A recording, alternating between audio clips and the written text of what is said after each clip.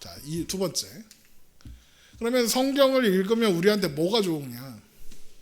첫 번째, 성경은 믿음을 일깨우고 강하게 해준다. 이게 무슨 말이냐? 우리가 믿음이 어떻게 생기는가 보죠. 우리가 믿음이 어떻게 생기느냐 보았을 때 로마서 10장 17절에 교재에 있어요. 그러므로 믿음은 들음에서 나며 들음은 그리스도의 말씀으로 말미암았느니라.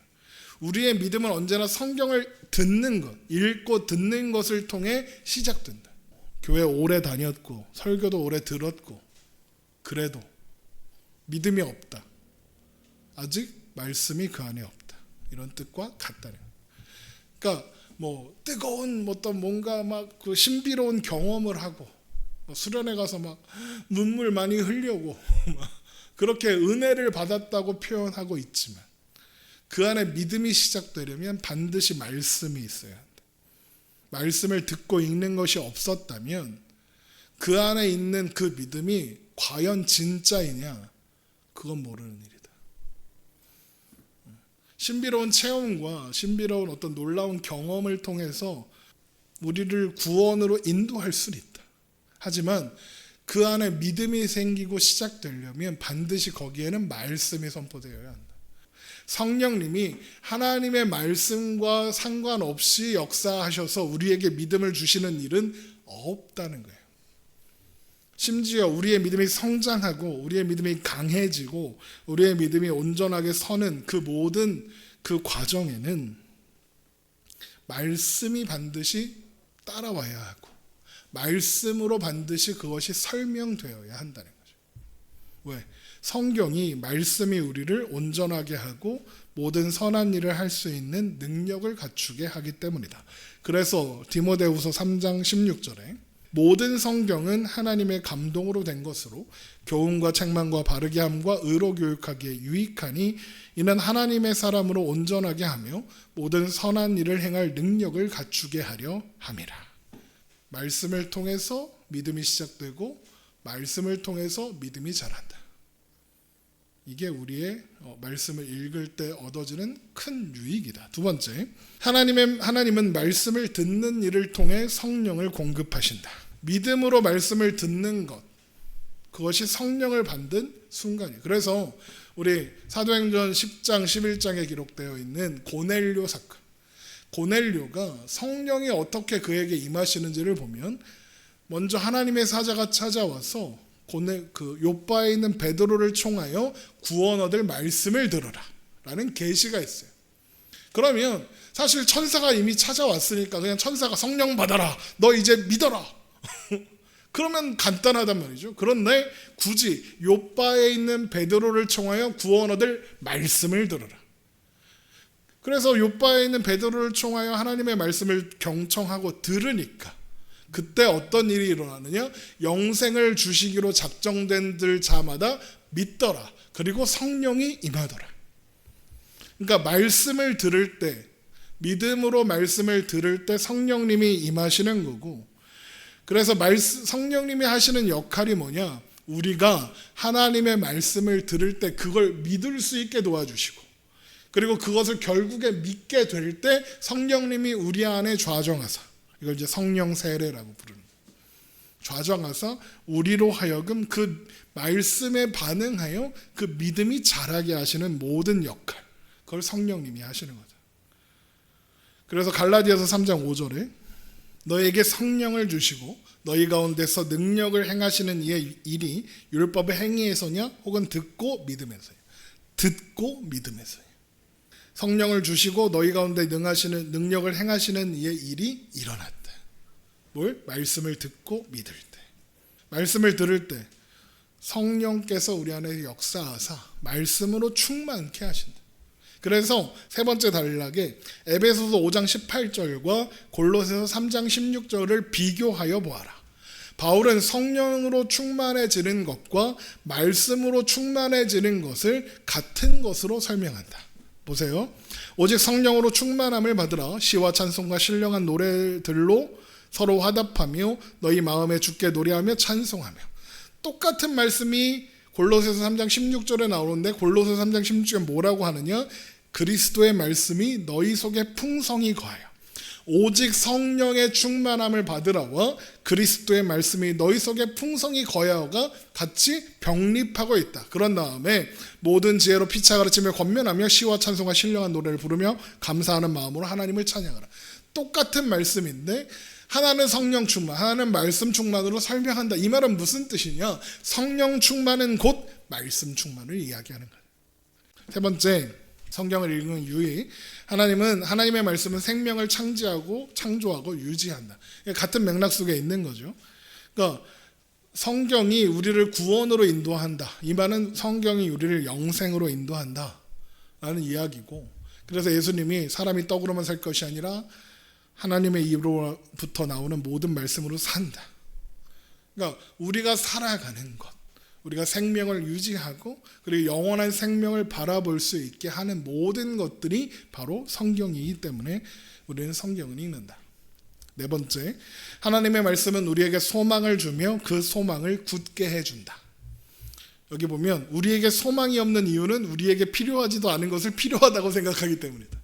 그러니까 우리가 왜 소망이 없느냐? 우리가 소망해야 하는 게 뭔지 모르니까. 그래서 필요 없는 것들을 자꾸 소망한다. 그런데 그런 것들이 얻어지지 않으니까 자꾸 소망이 없고 실패하고 낙심하고 좌절하게 된다.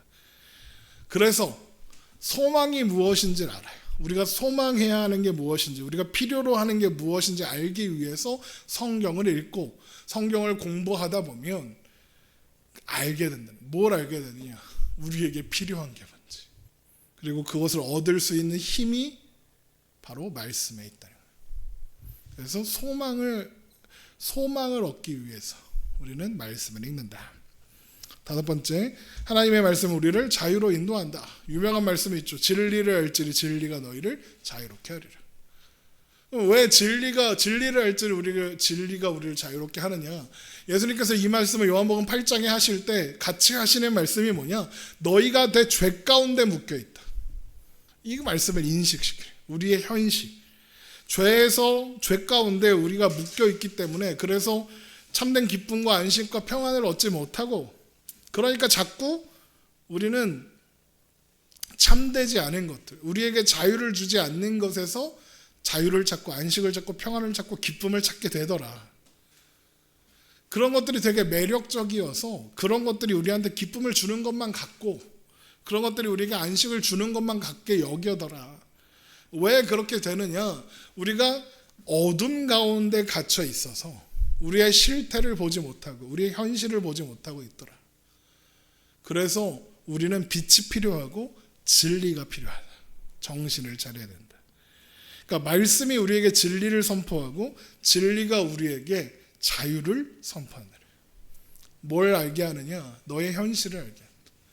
나의 상태를 알게 하고 나의 죄악된 그 상태, 내 죄악된 현실을 알게 되어서, 그래서 여기가 시궁창이라는 걸 깨닫고 여기에서 벗어나야 한다는 생각을 하게 돼요. 그때 하나님의 말씀이 공급될 때에 그 말씀을 붙잡을 수 있는 힘을 준다.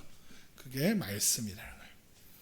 그래서 결국에는 말씀을 통해서 우리는 자유를 갈망하게 되고, 그때 이제 말씀이 선포될 때 성령님이 임하사 우리로 하여금 자유를 얻게 하는 그런 결과로 이어진다는 거죠. 여섯 번째, 하나님의 말씀은 기도응답의 열쇠다. 이게 무슨 말이냐? 기도가 효과 있으려면 우리가 기도하는 게 100%다 응답되려면 어떻게 해야 될까요? 열심히 하면 될까? 100시간 기도하면 하나님이 응답해 주시나? 우리가 기도응답 100% 받는 방법이 있어요. 그게 뭐냐? 하나님의 뜻대로 구하면, 하나님이 원하시는 걸 구하면 기도응답이 100% 되죠.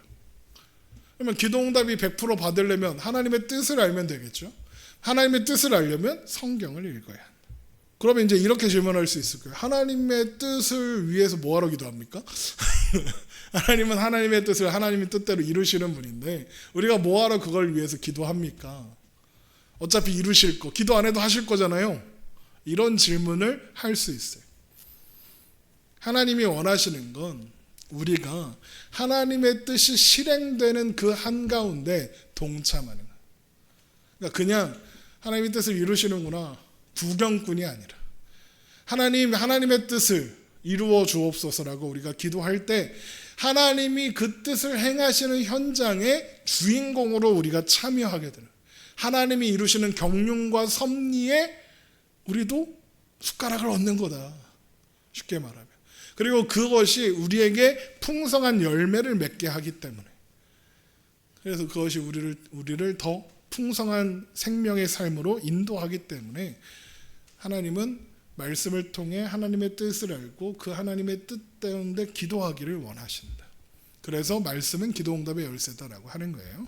7번째, 하나님의 말씀은 지혜의 근원이다. 똑같은 말씀의 반복인 것처럼 보이지만 그리스도의 말씀이 우리 안에 거할 때, 그리스도 바로 그분이 우리 안에 거하시고, 그래서 그 말씀이 우리를 지혜로 인도한다. 어떤 지혜? 구원에 이르게 하는 지혜, 그리고 모든 지혜를 얻게 한다. 하나님을 알고 나를 알고 그 관계를 알고 하나님의 뜻을 아는 게 우리에게 필요한 가장 중요한 지혜고, 그것이 우리를 온전히 새롭게 하고 온전하게 하는 가장 중요한 지혜다. 왜? 그것이 우리를 살게 하고, 그것이 우리를 의미 있게 하고, 그것이 우리를 하나님 안에 거하는 하나님의 자녀로 살게 하기 때문에. 그래서 성경을 보면 자꾸 하나님을 아는 것이 지혜의 근본이다, 하나님을 경외하는 것이 명철이다, 지혜의 근본이다. 그래서 자꾸 하나님은 우리의 삶을 풍성하게 인도하시려고, 우리에게 지혜를 넣어주시려고, 지혜로 풍성하게 하시려고 자꾸만 말씀을 공부하라고 명령하시는 거다. 8번째, 하나님의 말씀은 우리에게 결정적인 경고를 준다. 우리는 미래도 알 수 없고 현실도 알 수 없고 내가 하는 이 행동의 어떤 결과를 100% 알 수 있는 사람은 아무도 없어. 하나님은 다 아시지만 우리는 몰라요. 그래서 우리에게 뭐가 필요하냐? 경고등이 필요해요. 경고등.